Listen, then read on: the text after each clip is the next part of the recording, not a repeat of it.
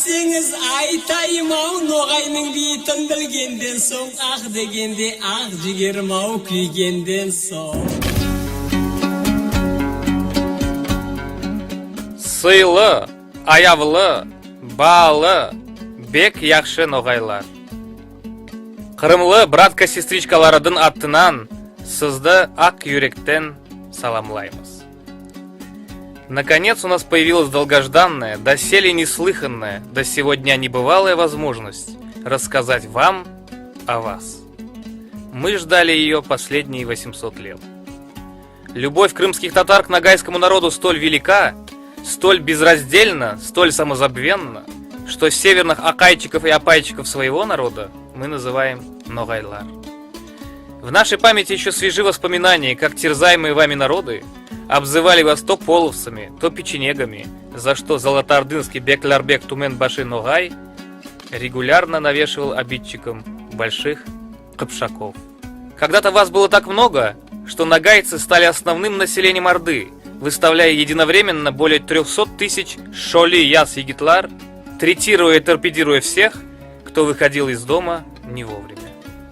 Известен излюбленный рэкетирский слоган ногайской Орды того времени: «Дуная от до Иртыша не оставим ни шиша».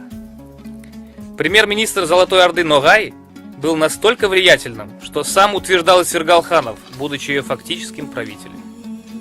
Он держал в вассалах все северобалканские, византийские, южные и восточные русские княжества, и чтобы удовольствие от жизни было полным, изволил жениться на Ефросинии, дочери византийского императора Михаила VIII Палеолога.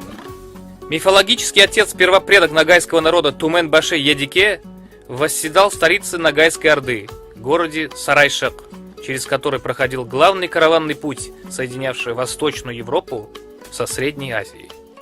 Прямыми потомками этого любвеобильного дяди по мужской линии явились в дальнейшем русские князья Урусовы и Юсуповы.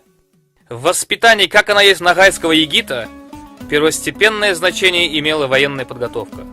Основными статьями воинской этики считались следующие: нельзя нападать на врага спящего, связанного и безоружного, нельзя убивать просящего пощады, слабому противнику надо дать право первого выстрела или удара, богатырь сам должен выходить из трудного положения, даже если из плена или заточения.